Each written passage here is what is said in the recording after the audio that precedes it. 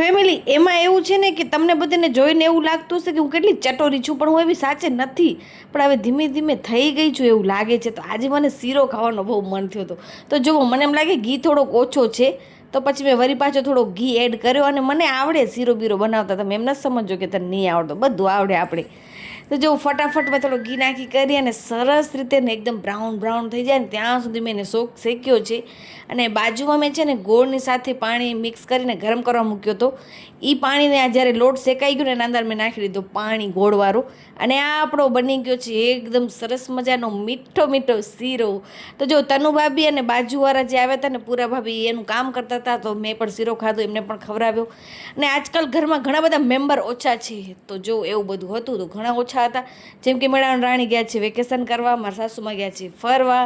અને પછી બપોરે મેં શું બનાવ્યું, જો સરસ મજાનો રાયતો, એ પણ શું કે કાકડીવાળું પાલક બટેકાનું શાક, રોટલી, છાશ. ચલો હવે કાલે મળીએ, જમી લઈએ.